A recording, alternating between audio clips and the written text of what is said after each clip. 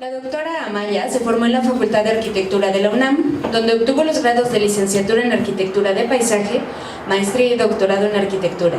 Actualmente se desempeña como investigadora titular de tiempo completo en el Centro de Investigaciones de Arquitectura, Urbanismo y Paisaje.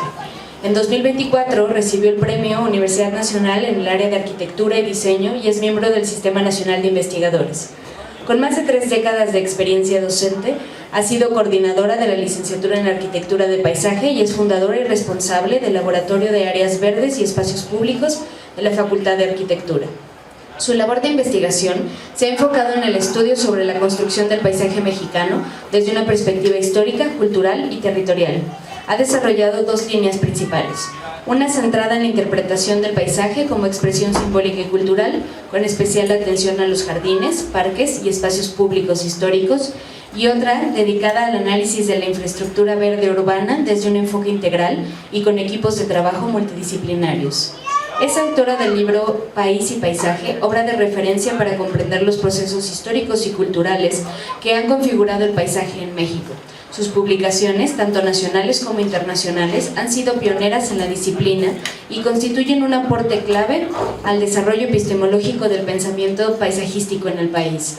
Ha presidido la Sociedad de Arquitectos Paisajistas de México y la Red Mexicana de Estudios sobre Paisajes Patrimoniales y ha compartido sus investigaciones en conferencias impartidas en instituciones académicas, foros nacionales e internacionales y espacios de divulgación en medios de comunicación. Bienvenida.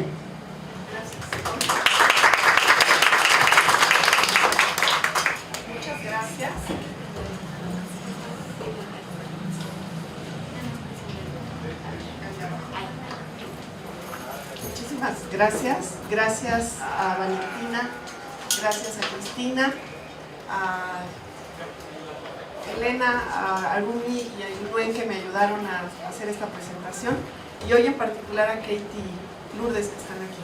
Gracias a todos también por estar aquí. Voy a hablar sobre... Bueno, primero voy a decir que Cristina siempre me pide cosas que me asustan y luego me divierten. Y me sugirió hablar sobre el paisaje en O'Gorman. Primero le dije que no me dejara mentir, o lo pensé, y después me acordé de haber leído algo sobre Ellen O'Gorman y los jardines, y le dije que sí, y aquí estoy. Ha sido un trabajo, lo tengo que decir, hecho en poco tiempo, pero que ha sido pues muy refrescante y interesante. Y por eso cambié el título y puse Un paisaje en la obra de O'Gorman, y esa sería la primera provocación, porque no voy a hablar solamente de Juan O'Gorman, sino también de Ellen O'Gorman. Y lo primero que me pregunté, y lo primero que me vino a la mente fue la famosísima Casa Cueva, y me pregunté si de verdad, ¿quién diseñó este jardín? ¿Es esto un jardín? Y luego vi la casa y dije, ¿quién diseñó esta casa? ¿Es esta una casa? Y si no son una casa y un jardín, y si son un todo, y si entonces no estoy hablando de 2 personas que trabajan en un lugar, sino no de 2 personas separadas, sino de un solo proyecto en coautoría. De Juan O'Gorman pues no voy a hablar mucho, aparte de que no me debo meter ahí. Aquí pues hay muchos expertos. Pero voy a hablar un poco más de Ellen, que además tiene 3 nombres, porque pues muy de su época y en su contexto norteamericano. Pues primero fue Ellen Fowler, después se casó con Lamphere y después con O'Gorman. Entonces también ha sido complicado irla buscando porque tiene 3 nombres. Ellen nació en 1904 en Wisconsin, estudió en Bradford, Pensilvania, y más adelante arte y arquitectura en la Universidad de Washington en Seattle. Se especializó en escultura y exhibió su obra en Los Ángeles, Chicago y en el New York World Fair de 1939. Esto lo dice Bettina Cheto, y yo busqué algunos de los catálogos para ver si era así, y encontré solamente este de Chicago, donde exhibió efectivamente una escultura en 1936 que se llama Naí, y me llamó la atención que ahí mismo expuso Isamu Noguchi. Y bueno, pues se encuentran, y hay muchos encuentros y muchas coincidencias en esta historia. Dice Juan O'Gorman: a Ellen la conocí en el taller de Diego Rivera, era escultora y había estudiado con Alexander Archipenko en Chicago. Vino a México a ver la gran escultura antigua mexicana y conoció a Rivera, quien me la presentó. Entonces, bueno, la primera coincidencia, Diego Rivera, y se casan. Ya se dijo, ya entendí por qué hay tantas complicaciones en las fechas, que se casó en el 38, que luego el acta del 40, que si se casó más de una vez, en fin, ahí hay como pequeños detalles, pero bueno, ahí encontré en internet el acta. Y también encontré una coincidencia en la Sala de Pinturas de Bellas Artes en 1943, donde exhibió ella una pintura que se llama El lago de Pátzcuaro y él una que se llama Fosiliario, ambos óleos. Y no encontré esas pinturas, pero en 1999 se hizo una donación al Museo Nacional de Arte, y estas son dos pinturas, estampas, litografías de Ellen O'Gorman. Me extrañó muchísimo no haber podido ver nada de escultura, siendo que ella de formación aparentemente era escultora, pero llegando a México creo que más bien desarrolló una carrera sobre la pintura y más cosas. Y la segunda coincidencia, también aquí le agradezco a Kate que me platicó, es la Casa de la Cascada. Todos sabemos que O'Gorman fue a la Casa de la Cascada, pero no fue solo, fue con ella. Y dice su hija, la hija de ella, que visitaron la casa en el verano de 1940, estuvieron allá prácticamente 6 meses, y en este viaje fueron a la casa, y de ahí vino el mural de Pátzcuaro. O sea, hay un montón de hilos, ¿no? No conseguí al final tener tiempo para leer la novela, pero hay incluso una novela que relata esa historia en la Casa de la Cascada. Y el dueño de la Casa de la Cascada es Edgar Kaufman, que había contratado a Frank Lloyd Wright para hacer su casa, y él le pidió unos murales a O'Gorman, al final no se hicieron, y en desagravio le dijo: bueno, pero haz un mural en México para que no quede yo tan mal contigo. Y entonces se hizo el mural de Pátzcuaro. Busqué algunas imágenes de la Casa de la Cascada donde pudiera entender cómo se fusiona este paisaje dentro de la casa, y pues no son las más emblemáticas, ¿no? Pero lo que quiero destacar aquí es que el paisaje al que se enfrenta la Casa de la Cascada es un paisaje pues bastante abierto, de un bosque de pues, pocas especies, altas, y una cascada que en realidad la casa salva, ¿no? O sea, se pone sobre, pero no encima. Aquí está el mural, y en él aparecen Ellen y Juan pintados sobre esta parte.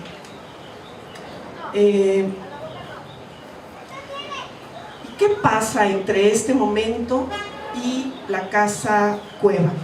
Pienso que hay tres aspectos, o dos y un resultado. Las piedras y las plantas se encuentran y se forman también una idea del paisaje mexicano. Juan O'Gorman, ya sabemos, pues si fue especialista en algo fue en piedras, y en piedras mexicanas, y en los colores de las piedras. Y él hizo estos primeros murales, y después se enfrentó también a hacer un gran mural que necesitaba muchísimas piedras y muchísimos colores. Y dice él que emprendió viajes por toda la República después de haber consultado el caso con un viejo ingeniero de minas, amigo de mi padre. Visité muchos minerales, canteras, para recoger muestras en cada una de ellas, haciendo una colección integrada por 150 piedras de diferentes colores. Voy a hacerlo más rápido, pero bueno, menciona particularmente Guerrero, Guanajuato, Hidalgo, Zacatecas. Y aquí algunas pinturas que representan estos paisajes. Yo creo que una de las cosas que pasó entre las casas funcionalistas y la otra casa es una exposición mayor, voy a decir así, a los paisajes de México, a sus colores, a sus texturas. Y la otra fueron las plantas, y en este caso la que tenía más interés en las plantas fue Ellen O'Gorman. Dice Juan O'Gorman, en 1947 Ellen comenzó a pintar acuarelas de flores de México y tuvo una colección aproximada de 250. Fueron acuarelas, y también cuenta cosas de Ellen que a mí me parecen interesantes. Dice: ha sido mi compañera íntima durante miles de horas de labor, leyéndome, eso me impacta, leyéndome en voz alta mientras yo pintaba las obras de los autores. De otra suerte nunca habría, me salté aquí, pero dice, perdón, dice qué libros le leía, pero onda por el camino de Swan, o sea, obras largas y complejas en voz alta. Aquí lo dice, estoy nerviosa, ¿verdad? Marcel Proust, Dostoyevsky, James Joyce, Stendhal y otros de la literatura clásica, que dice él que si no se las hubiera leído, nunca las hubiera conocido.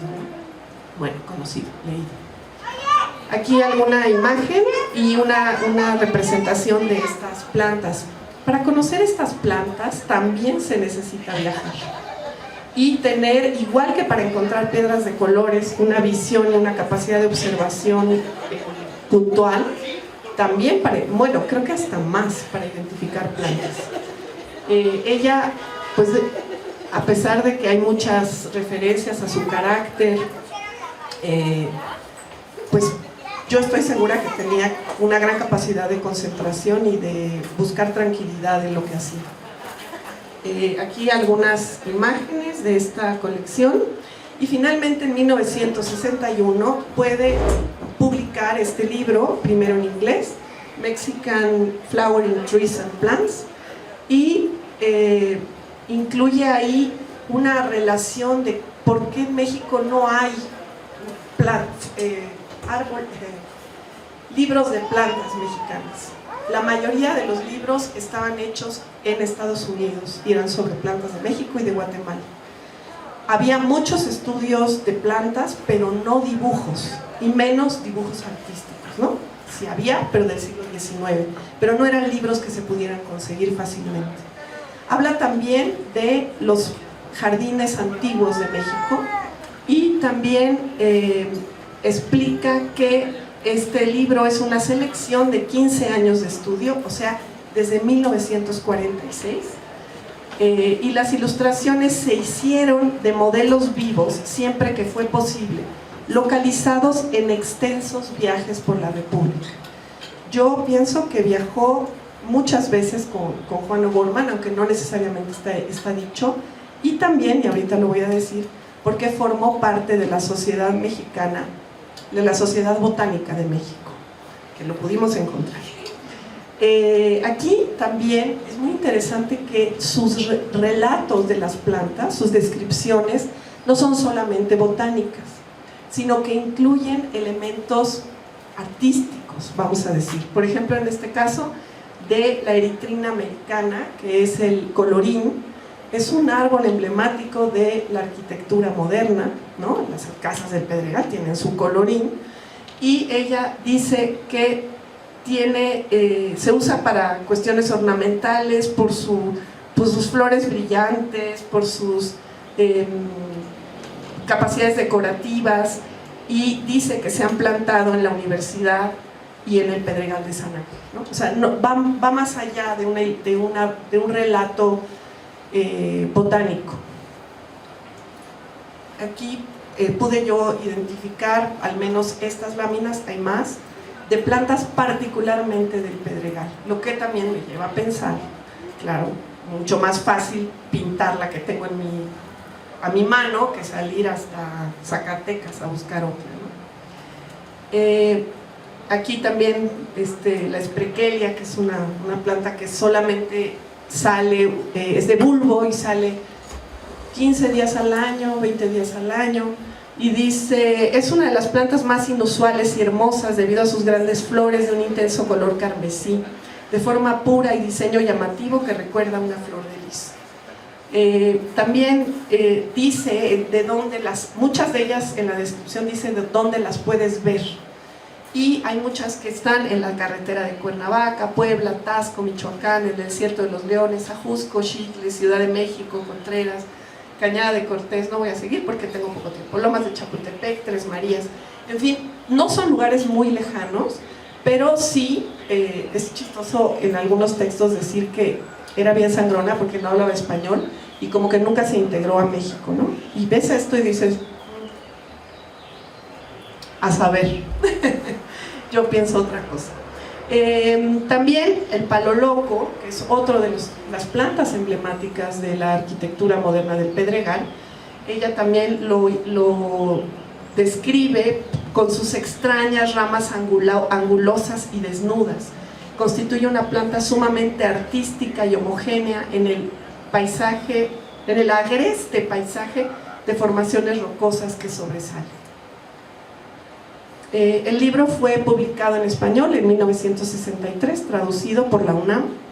¿Y por qué por la UNAM? Porque ella estuvo muy involucrada con la construcción del Jardín Botánico de Cactáceas de la UNAM. En el libro agradece a estas personas, Eisi Matuda, Elia Bravo, particularmente al Instituto de Biología, Maximino Martínez, es el autor de los libros de los nombres comunes de todas las plantas de México en todas las lenguas, es una maravilla de libro, y Faustino Miranda, que fue el que inauguró el Instituto de Biología. Entonces, con esto quiero decir que ella tuvo vínculos no solamente con el mundo artístico, sino también con el mundo científico y con un mundo de sensibilidad, ¿no? Porque no estamos hablando de una ciencia desnuda, sino de una ciencia realmente muy sensible. También con algunos autores norteamericanos como Ida Lachman, que trabajó trabajó una bibliografía sobre plantas de México y se publicó en Estados Unidos. Y también menciona a Harold Moore, que fue director de un jardín botánico. Y también quiero decir, otro de los vínculos que tuvo además fue una relación entre mujeres que intercambiaban, iban de viaje, intercambiaban seguramente plantitas, en fin, y lo cuenta Bettina Cheto en un artículo que publica en Obras, y dice: cuando mucho se acostumbraba a pueblar en nuestro México, de cada viaje Catalina, que era su mamá, volvía con esquejes, ¿no? Y yo creo también que hubo vínculos en este sentido con Frida Kahlo. Como dije, perteneció a la Sociedad de Botánica de México, entró en 1944, después de buscar todos los boletines lo pudimos encontrar, y ese mismo grupo de personas formaron la Sociedad Botánica la Sociedad de Cactología y la de Orquideología. La primera fue la de Orquideología, cosa que se me hace rara. Pero bueno, lo que también quiero comentar es que había esta atención particular en términos botánicos por las plantas de cactus, que se ve, y bueno, aquí están, y están en el jardín botánico, y están en la arquitectura de lo que se considera mexicana. En mucho, no hacía tanto, el tren que venía desde Estados Unidos, desde Tucson, había logrado llegar hasta la Ciudad de México, y para llegar hasta acá se había atravesado el desierto de Sonora, y todos se habían quedado con la boca abierta. Ahí están también las pinturas de Diego Rivera, de esos cactus, de esos saguaros que parecen personas, ¿no? Entonces hay como muchísimo interés en este tipo de plantas, y eso se ve reflejado en el Pedregal de San Ángel. Otra cosa que también pude encontrar fueron las flores, alguna otra exhibición, como la de Flores de México, ahí exhibió creo que 112 plantas en Bellas Artes en 1953, y también por ese tiempo exhibió algo Juan Obona, ¿no? Entonces, bueno, ahí van acomodándose. Y bueno, paso ahora un poco a la casa. El proyecto, dice él, inició en 1949, finalizó en 52, y aparentemente ellos fueron a vivir más 53, 54, por ahí. Y otra de las cosas que quiero comentar es que hoy vemos por fuera, con ganas de entrar, pero no se pudo, la casa, que nada que ver con el paisaje en el que esa casa fue construida. Ahorita incluso parte del terreno es todavía un pedregal, un fragmento de pedregal, pero esa casa estaba en el pedregal literal, o sea, incluso no se puso sobre la avenida, ¿no? Sino que se va al fondo del terreno, que además tenía 2.160 metros. La casa, yo calculé en el MAPS, bueno, podría haber tenido unos 150 metros de planta. Entonces, pues refuerzo mi idea, ¿no? Es una casa jardín, porque no es una casa y su jardín, ¿no? Entonces, bueno, pues todo estaría rodeado de pedregal. El pedregal de San Ángel es producto de una erupción volcánica, iba a decir evolución, erupción volcánica, y está en una plena sucesión vegetal, porque hay plantas pioneras desde líquenes hasta alcanzar pequeños arbustos, ¿no? Pero están en un constante evolutivo de plantas, y también tiene dos grandes temporadas que son secas y lluvias, y siempre preferimos lluvias, y secas no nos gustan tanto a los seres humanos. La lava del pedregal, los hawaianos expertos la clasifican en dos: la AA y la Pahoehoe. Yo he podido observar que a los arquitectos les gustaba la Pahoehoe, y que lo que les gustaba de la Pahoehoe es que no tuviera plantas, porque la escultura era la lava, y eso se ve en muchas de las casas del pedregal, que igual que Frank Lloyd Wright, están encima de la piedra, pero no sobre, ¿no? Y de piedra, no del pedregal de San Ángel como ecosistema, sino de la piedra.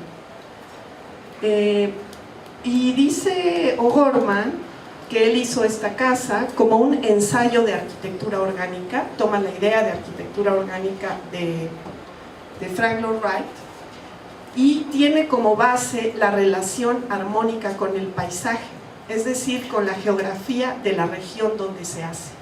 Lo primero que quiero destacar es que efectivamente se hizo en esa geografía y se respetó la geografía en su conjunto, no solo la geografía, yo diría que el ecosistema.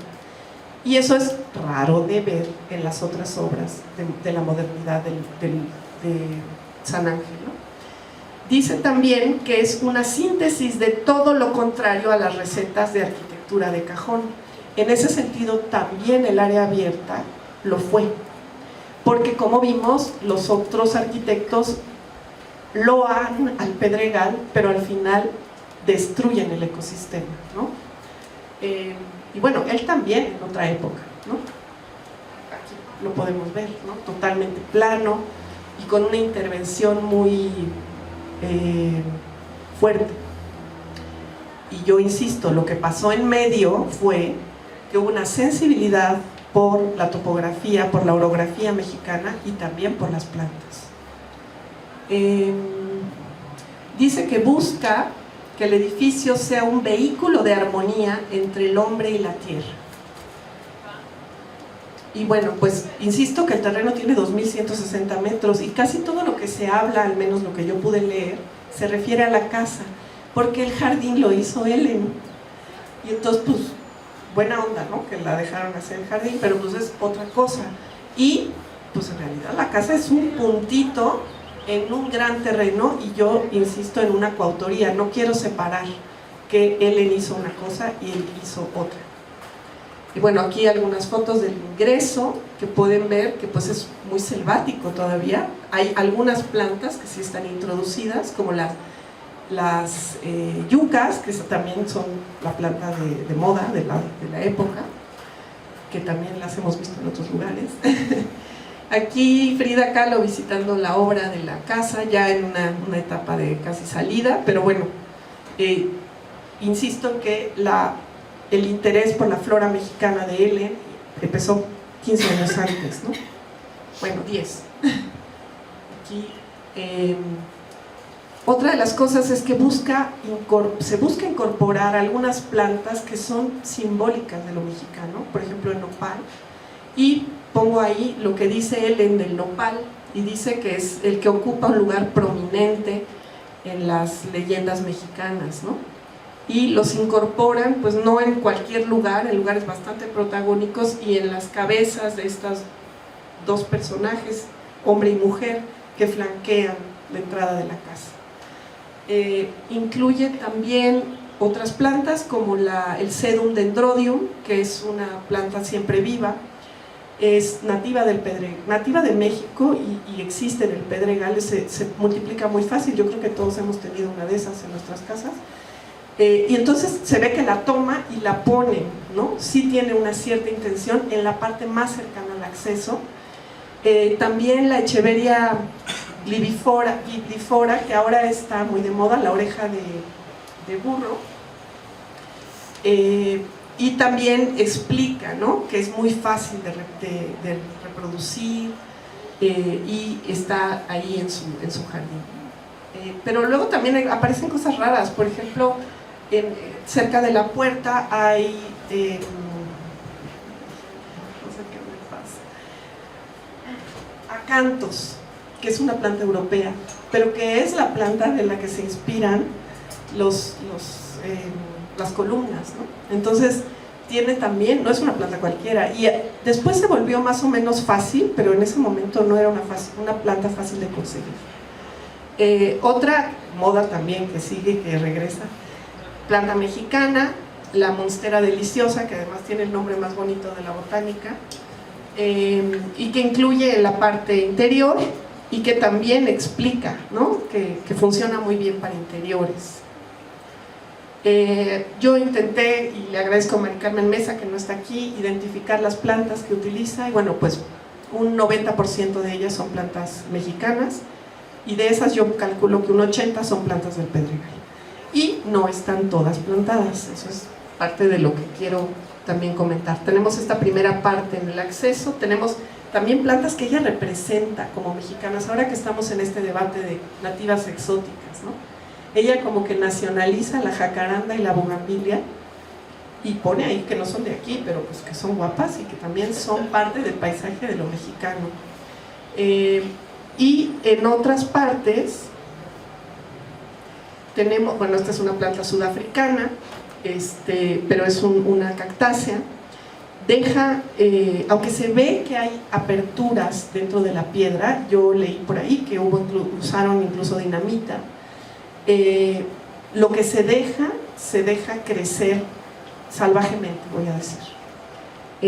Y hay otra curiosidad, ella, bueno, utiliza mucho la opuntia, que es el nopal, pero también utiliza el Heliocereus, que es esta planta, aquí la vemos, y allá es como una enredadera, y esa planta la identificó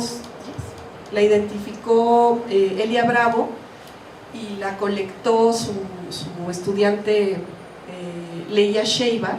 Yo encontré incluso la botánica, la prensada.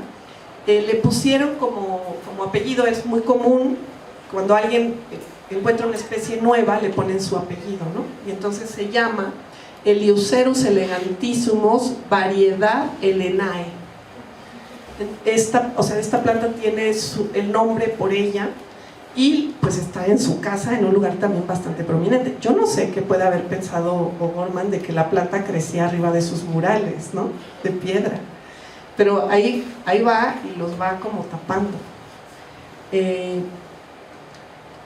O sea, lo que hizo Ellen no era una representación botánica de así nomás hobby, sino que realmente identificó plantas que no estaban identificadas, y aquí está una de esas muestras, ¿no? Y coleccionó además un montón de plantas, ahí tiene sus macetas. Esta planta tampoco es mexicana, pero se ve que pues ella iba como experimentando y buscando diferentes especies. Pienso que Juan y Ellen O'Gorman añadieron a la teoría de Villagrán, que hablaba del papel social de la arquitectura, esta relación armónica con el paisaje, que es muy novedosa en su época, que se hablaba más de una búsqueda por la justicia social, pero que en esta casa, yo no sé si lo escribieron, pero para mí están expresando esa otra relación, ¿no? Esta relación con el paisaje. Y también incorporaron el ecosistema, no elementos sueltos, con una estética agreste y con un dinamismo vital. No es un jardín de gran mantenimiento, al contrario, es un jardín al que pues casi que hay que luchar un poco para que no exageren, ¿no? Para esto se requirió una intención conceptual, una sensibilidad artística y, añado como algo indispensable, un conocimiento profundo de la composición paisajística del Pedregal. El ecosistema fue incorporado mediante la integración del entorno geológico y vegetal, incorporando la lava, la sucesión vegetal y la topografía como elementos esenciales del paisaje. Y de este modo también, me voy a atrever, ampliaron el binomio de Vasconcelos, de arquitectura y arte como un todo, hacia una concepción ecológica y territorial del hecho arquitectónico más allá de los postulados de la arquitectura moderna. Pero esto es un experimento al final, ¿no?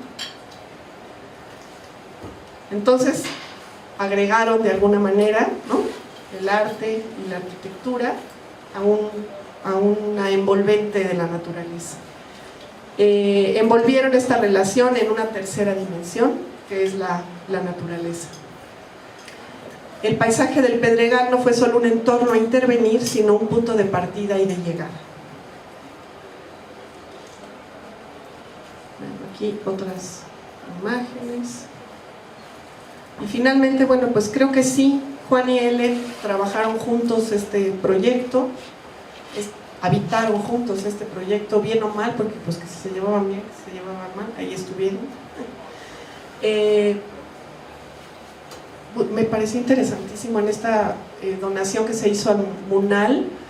¿Se acuerdan que les había enseñado la pintura de allá de Ellen, de 1943? Pues hay un diálogo porque en 1963 Juan dibuja lo mismo, pero su interpretación masculina, o no sé, las mismas flores también muy interesante, flores de fuera, las típicas de ramito, ¿no?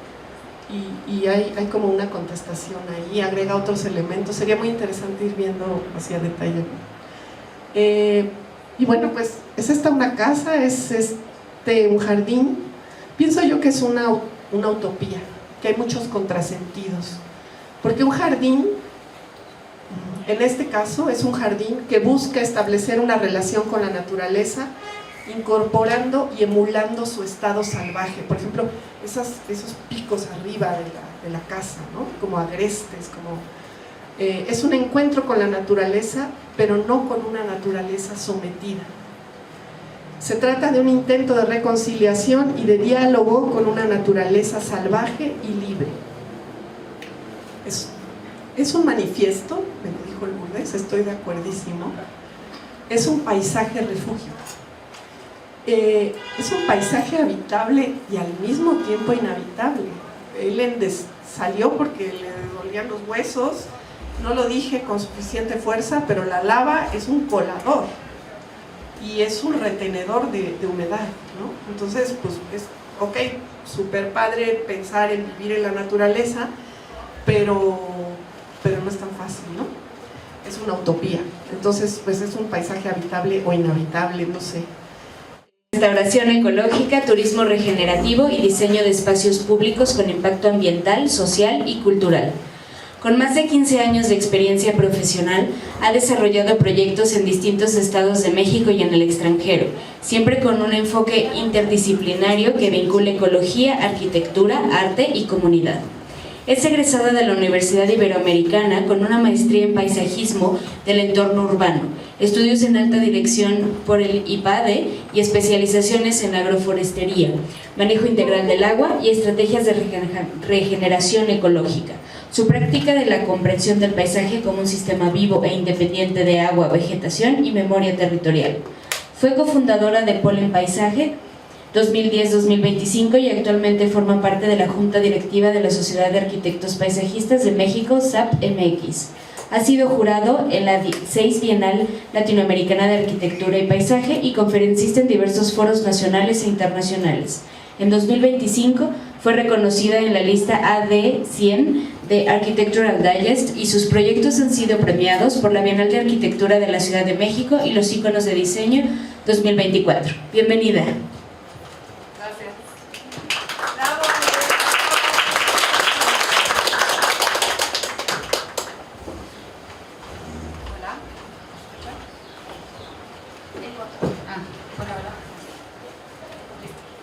Bueno, primero que nada, gracias por esta invitación, es un honor para nosotros estar aquí. Le pedí a Arturo y a Adriana, que son parte del equipo, que puedan estar aquí conmigo, porque nos pasó lo mismo que a Maya, cuando nos pidieron dar esta conferencia. Fue pues como un reto pensar en Juan O'Gorman. Yo soy arquitecta de formación, pero ya no me siento arquitecta. Yo ya, soy arquitecta paisajista de formación después, especialización, y yo realmente creo que ahora me dedico a leer el territorio, a analizar y a plantar, y soy jardinera. Y fue un gran reto pensar en Juan O'Gorman, su historia, la arquitectura, y pues que aquí va a haber varios conocedores, así que más bien quisimos hablar de un protagonista que va a ser la lava, ¿no? Y el paisaje y el pedregal, y cómo diferentes actores dentro de este relato pues van a ir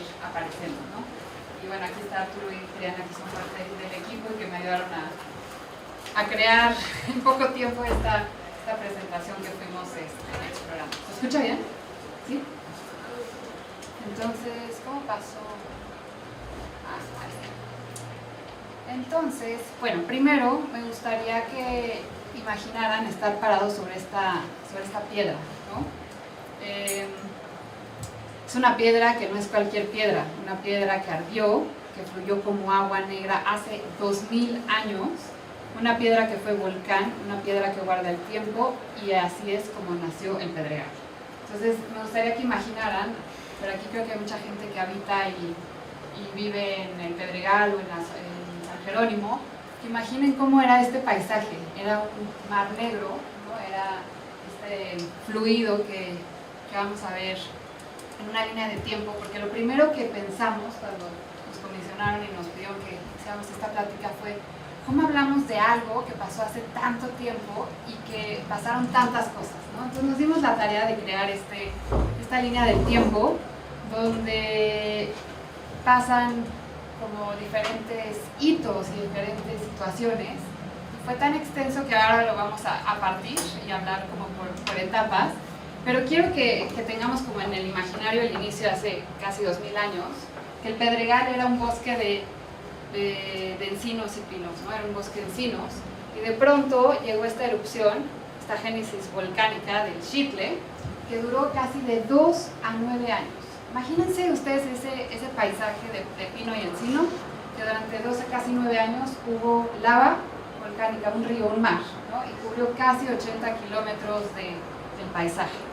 De ahí, pues pasó un tiempo, ¿no? Y hubo esta colonización, y ya Amaya nos platicó mucho de las plantas pioneras, y fueron llegando primero los musgos y los líquenes, ¿no? Fueron como los primeros actores que llegaron a colonizar después de que esta lava pues se secó y se tardó mucho tiempo en secarse, ¿no? Y de pronto, después de los musgos y de los líquenes, llegaron otras plantas pioneras a crear este paisaje, que quiero que sepan que es un paisaje completamente único, ¿no? Un matorral xerófilo sobre una piedra volcánica es un ecosistema que no existe en ningún otro lugar. Y es una cosa que... Yo soy chilanga, yo crecí en la Ciudad de México, de hecho crecí en San Ángel, y para mí como que volver a estudiar este lugar, de un lugar que es aparentemente muy conocido, fue como volver a visitar nuestro territorio desde otra mirada, ¿no? Comprendiendo su evolución y comprendiendo cómo evolucionó en el tiempo, y descubrimos cosas que es increíble a veces pensar que están ahí, pero que no vemos, o que no comprendemos, o que no sabemos cómo fue su historia, cómo fue su nacimiento y su evolución, ¿no? Después pasó el periodo mínimo bueno, más bien estuvo esta parte del establecimiento del matorral xerófilo sobre la piedra volcánica por muchos años, y luego hubo un periodo con una mínima perturbación. Entonces aquí por eso en la línea del tiempo quisimos poner como pues toda esta evolución, y como hubo mucho tiempo que no hubo asentamientos, no hubo construcción, fue un paisaje que lo dejaron ser, ¿no? Y que evolucionó, que creció, que se desarrolló, y que, pues sí, como que lo dejaron ser, y por eso se creó algo tan único y tan increíble que fue desarrollando, ¿no? Y luego llegó esta época, esta explosión creativa de arte, paisaje, arquitectura, diseño, que no nos cupo, ¿no? Aquí tuvimos que poner aquí varias imágenes y se ve perfecto, ¿no? En la línea del tiempo. Este cachito que es esta últimas décadas, pasaron muchas cosas, ¿no? Un periodo muy intenso de actividad artística, arquitectónica, donde vamos a ir viendo, ¿no? Pero hubieron personajes como Dr. Atl, O'Gorman, obviamente, Diego Rivera, Barragán, que se impresionaron por este paisaje. Y cómo no, es que de verdad tenemos que imaginar este mar de lava, que era un paisaje muy, muy único, y gente con mucha sensibilidad quedó totalmente mesmerized, como sorprendida y totalmente apantallada, ¿no? Entonces, bueno, fuimos partiendo de esta línea del tiempo, porque no nos cupo, y hablábamos del nacimiento y expansión del Pedregal, ¿no? Y pensamos en esta palabra, el palimpsesto biológico y cultural, porque empezamos a leer las capas, ¿no? Y cómo esta piedra guarda historias, guarda líneas del tiempo, y cómo se escribieron esas historias botánicas, rituales urbanas y artísticas, y cómo cada capa permanece en raíces, grietas, trazos de piedra, recordándonos que el paisaje no es solo un escenario, sino un archivo vivo, ¿no? Y entonces cuando caminamos en el paisaje, como que recordamos eso, que el paisaje es un archivo vivo que nos cuenta historias y momentos que fueron sucediendo a lo largo del tiempo. ¿Quieren compartir algo? Van sumando, me interrumpen. También alguien, si tiene una duda, cómo se está más dinámico, me preguntan, lo compartimos, si alguien tiene como alguna experiencia, creo que lo hacemos también así más dinámico y más rico.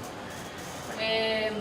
Bueno, igual solo justo queríamos como poner como muy gráficamente como los chiquitos que somos como en intervención humana en este paisaje, ¿no? Que antes era un bosque de encinos, y luego pasó como por toda esta transformación, y luego llegamos nosotros a interpretarlo como nosotros humanos, y queríamos como que fuéramos conscientes como gráficamente en eso, ¿no?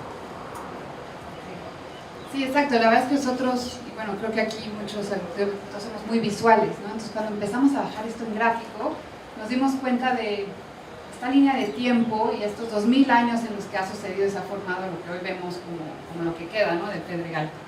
Entonces, este pequeño fragmento, al inicio, como vimos, para que igual lo puedan ver un poquito más grande, claro, es que no veo muy bien, pero tenemos esta línea de tiempo, ¿no? De los 100 después de Cristo hasta los 1300, y cómo de este ecosistema, de estas montañas, la piedra volcánica, bueno, la lava fue como conquistando estos 80 kilómetros de paisaje, y cómo se fueron colonizando las plantas, ¿no? Estamos viendo un paisaje resiliente, un paisaje que regresó a la vida después de que pues toda esta lava cubrió un bosque, ¿no? Y creó una vida nueva completamente, ¿no? Y que quedó pues sin tocar muchos años y mucho tiempo. Y todas estas gráficas como que nos sirvió mucho para ir entendiendo qué plantas pioneras fueron colonizando, llegando, cómo era este paisaje y esta línea, ¿no? De la piedra volcánica que permanece como esta línea desde el inicio hasta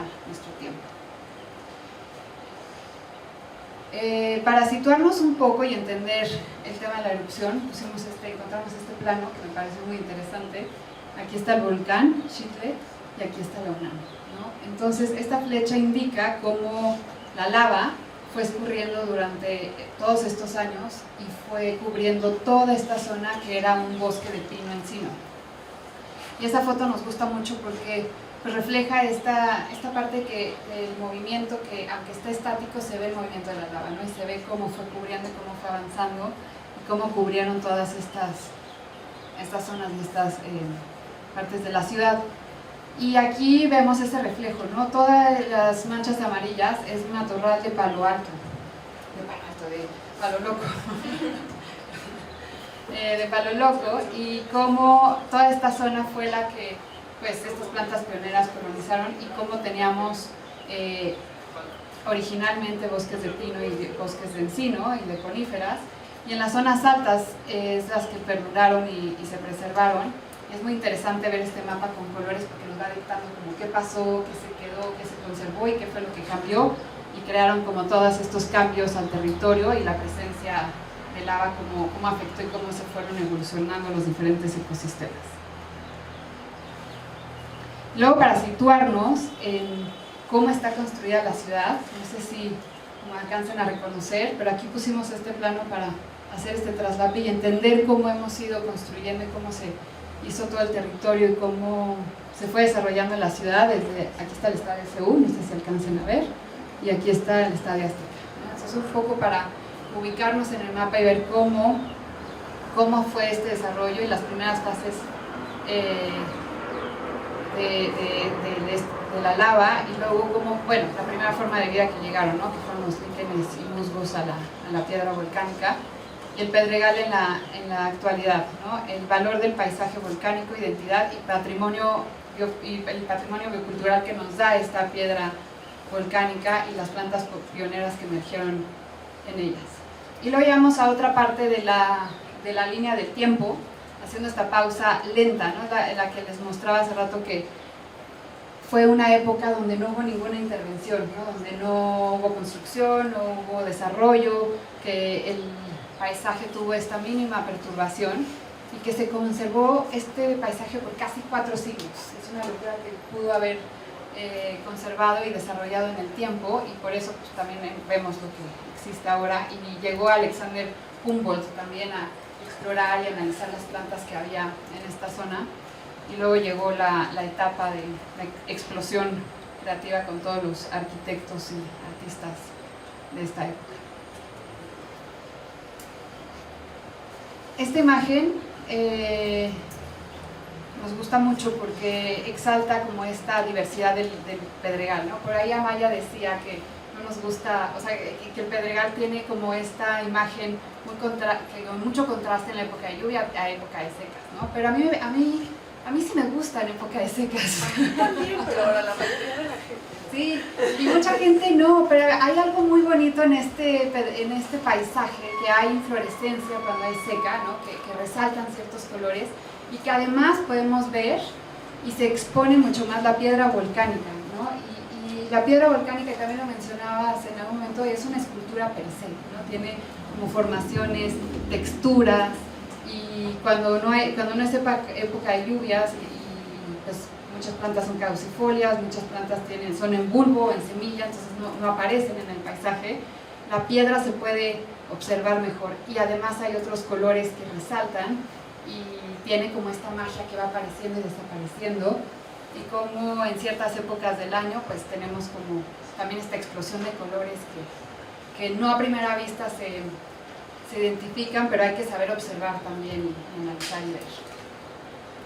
Estas son algunas de las especies pioneras, ¿no? que son una señal de que la vida, como el agua, siempre encuentran una grieta, ¿no? Y entonces es increíble pensar en estas plantas porque son las que pues resistieron, crecieron, que fueron pues como las plantas pioneras que llegaron en condiciones como muy hostiles y difíciles y empezaron a crear vida, empezaron a hacer un ecosistema más fértil para que otro tipo de plantas puedan llegar, y como en la asociación ecológica le dieron paso como a vida más diversa y más compleja.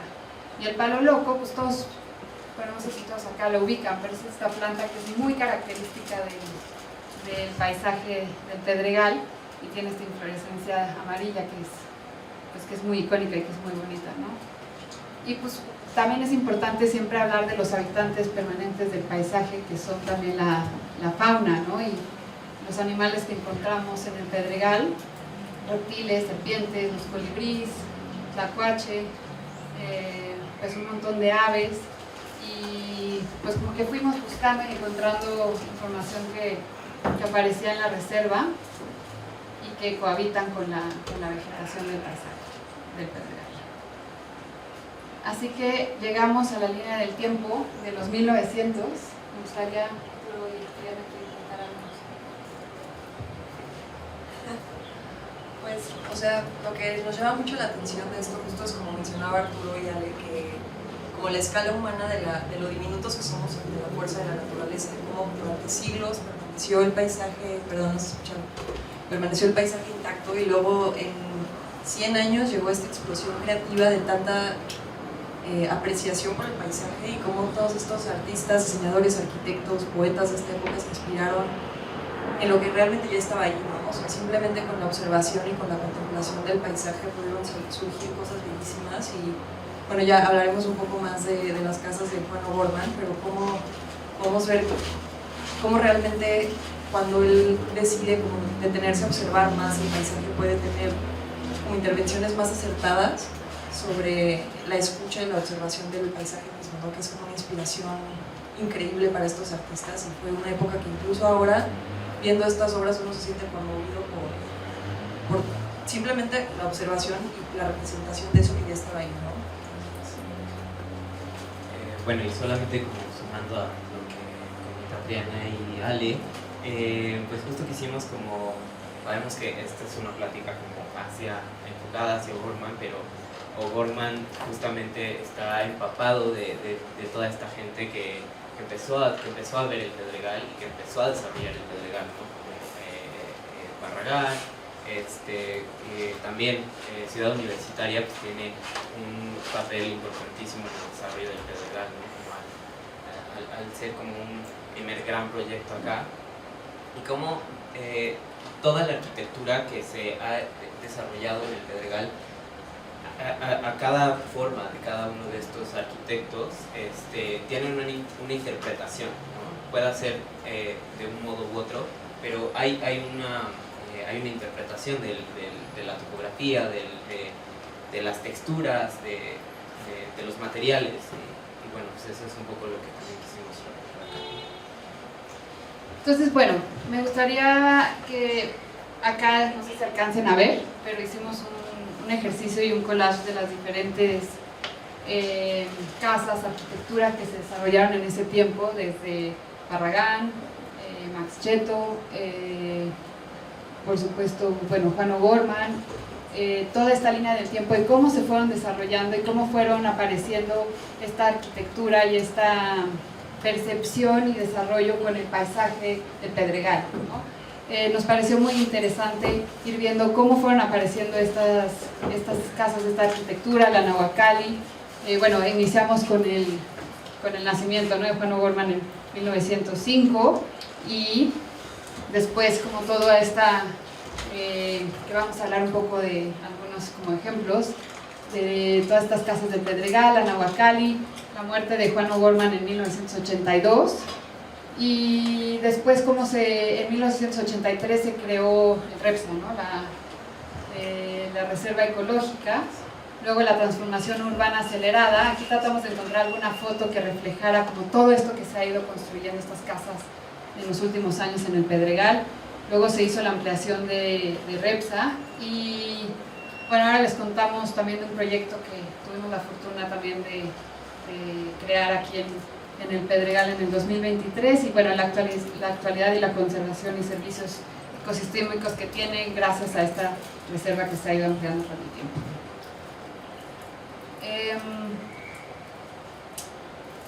Lava, roca, grietas y mirada atenta al suelo, que fue como vimos cómo empezó este desarrollo urbano en el Pedregal, ¿no? Cómo era esta visión de este paisaje, de este mar de lava que empezó pues todos estos arquitectos, Barragán, O'Gorman, que llegaron con esta visión, ¿no? de conquistar, de crear, de construir en este mar de lava, pero con un respeto y una admiración total del sitio.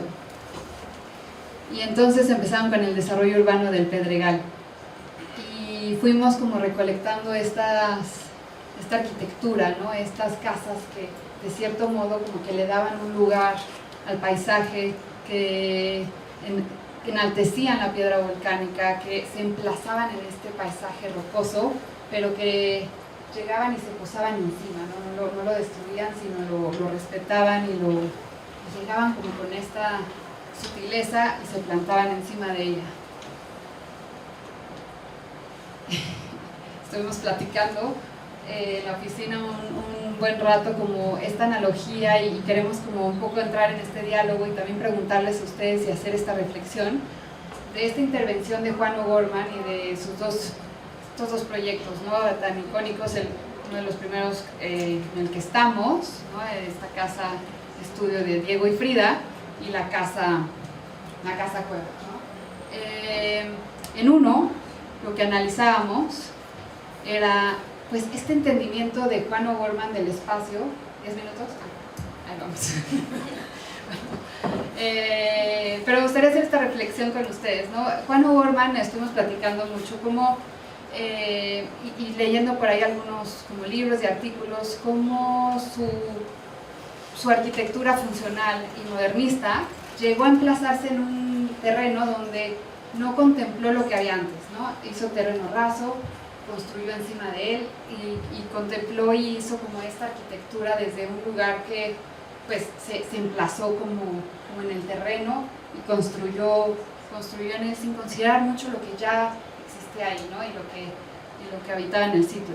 Y después de muchos años hizo su casa, ¿no? La casa cueva que ya todos conocemos, que además hay todo un drama y chisme que seguro todo el mundo ya se lo sabe, ¿no? Pero de cómo desarrolló esta casa y cómo la creó desde un lugar como de un entendimiento muy diferente y una mirada como mucho más cercana al paisaje, ¿no? Como mucho más sensible, mucho más con un entendimiento como más hacia el paisaje. Algo que nos gustó mucho que vimos es él lo que hizo con este lugar, y lo decía Camila Maya, encontró esta cueva, una cueva del Pedregal, se fue a la parte de atrás y más bien construyó en la cueva, construyó con el paisaje, construyó con el material que existía en el sitio y fue creando esta casa con un detalle y con una atención a lo que había en el sitio y creando como estos murales y estos espacios y esta narrativa, y fue casi como una escultura esculpida en el paisaje, ¿no? Nos llama mucho la atención cómo se sentó a escuchar, ¿no?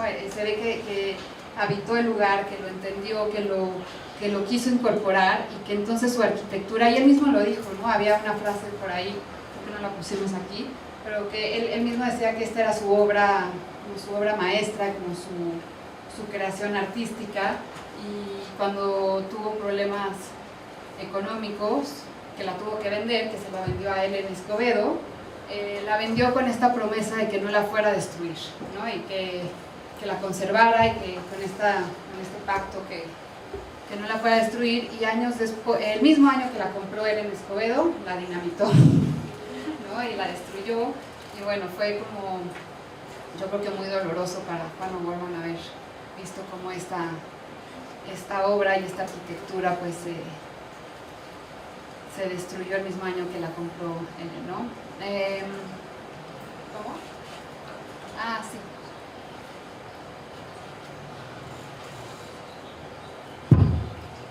Bueno, nada más rapidísimo, justo lo que platicamos mucho como desde lo que leímos, ¿no? Al poner como caso de estudio estas dos casas, la casa donde estamos y también su casa de estudio que está detrás de nosotros, como decía Ale, ¿no? Creación de plataformas, terraceo, ¿no? Incluso piedra bola, ¿no? Es como que hace piedra bola en el Pedregal.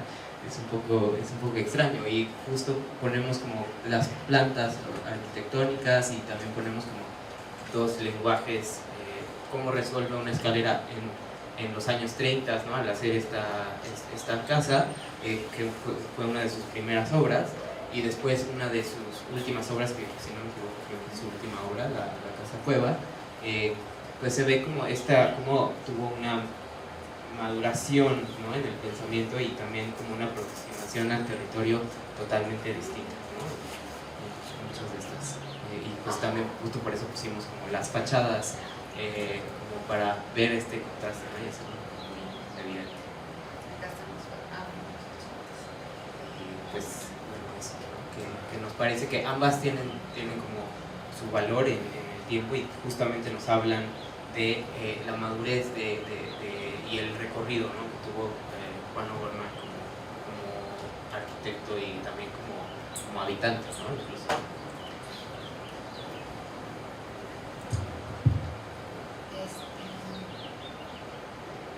Bueno, y aquí esta frase, ¿no? Que decía: mi casa cueva es una expresión de respeto por la tierra y el tiempo profundo del lugar.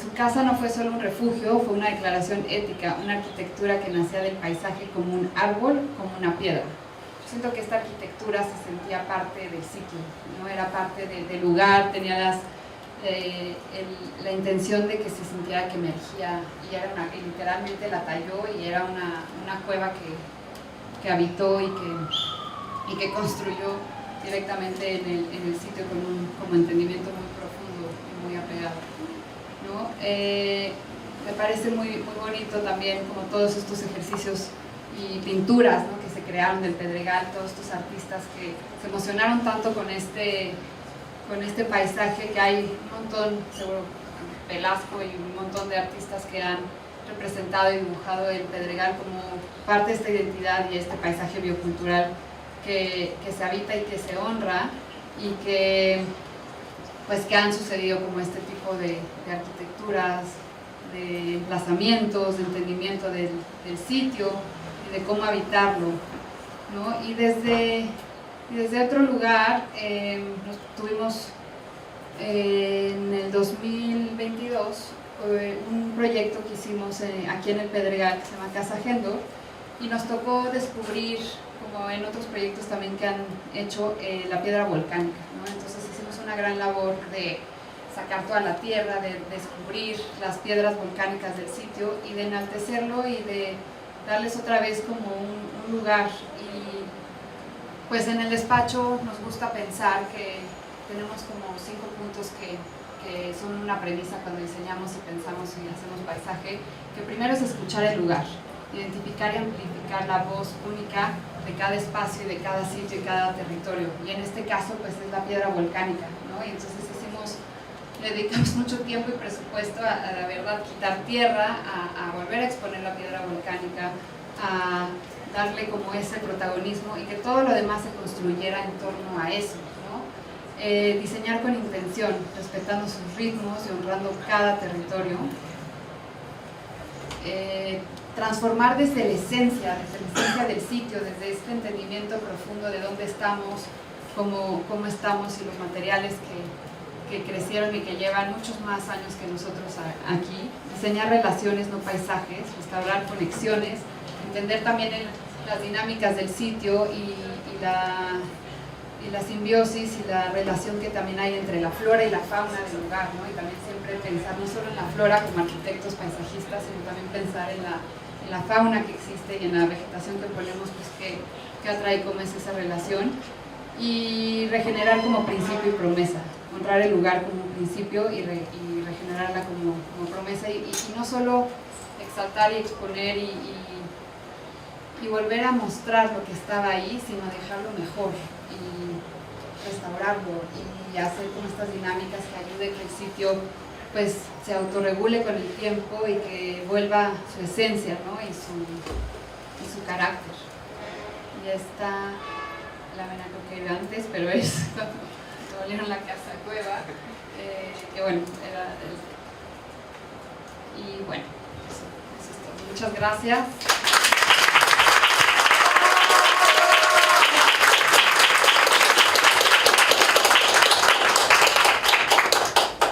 Muchísimas gracias por su atención. Gobierno de México.